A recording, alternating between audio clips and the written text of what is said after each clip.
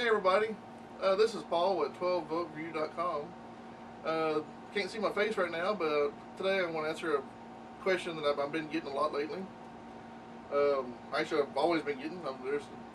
So the question is, every time after I install my radio, every time I go in the next day to start my truck up or car up, all my settings have been set. And is there a way to save those settings, or is there a way? Is my radio bad? What should I look for?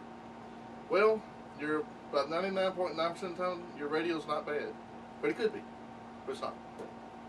There are two things I would check for when I'm asked that.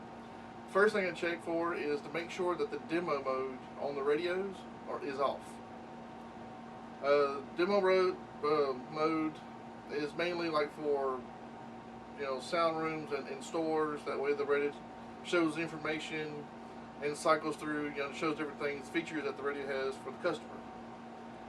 When you first plug in the radio for the first time, it asks you if you want to turn the radio off, the demo off and on. If it's Kenwood, if it's other brands that may have a demo mode, you may have to go to a certain setting to turn it off. Just make sure that's probably one of the first things I do is turn the demo mode off. If demo mode is off and your settings are still being set or reset every time you start the vehicle off, turn it off and on, the first thing I'll do is I would check the wiring harness. This is a wiring harness for a radio. Most all new radios nowadays have a standard wiring color. Get this thing unscrewed here, or wire tie. And there's for your power, you have a black wire, you'll have a yellow wire, red wire. You may have like a blue wire, the white stripe, and then you have like a white, green, purple, and tan wires. Those are your speaker wires.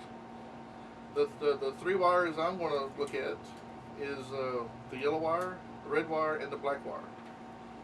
The ground is the black wire, and you should always use a harness when you're putting in radios. Never cut that factory plug off, especially the new 2002 vehicles on up. Most all those cars have a computer-controlled data bus system, and when you start cutting stuff off, you're going to start having errors down the road and probably some other problems later on, especially with your radio. They do make special harnesses to keep everything working.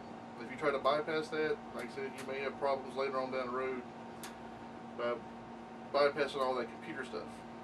Because old days, you turn the key on, turn it on, the key itself physically turns and puts 12 volts to your radio or in the dash. But nowadays, everything's turned on by the brain of the vehicle. So they do make special harnesses for those 2002 on up newer vehicles, Ford, Chevy, GM. Double check and make sure you're getting the right harness. Don't let somebody say, well, I got a $10 harness and that's all you need, when you really need a $100-something harness.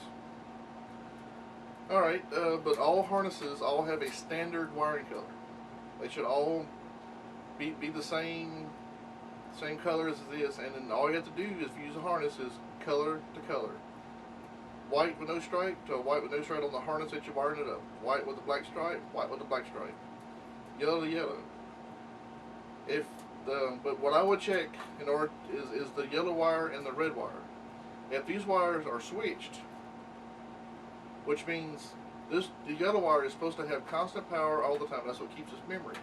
The red wire is what turns your radio off and on. If the power has been switched and the yellow wire is on switch power and the red wire is on constant power, it's not going to save any of your settings.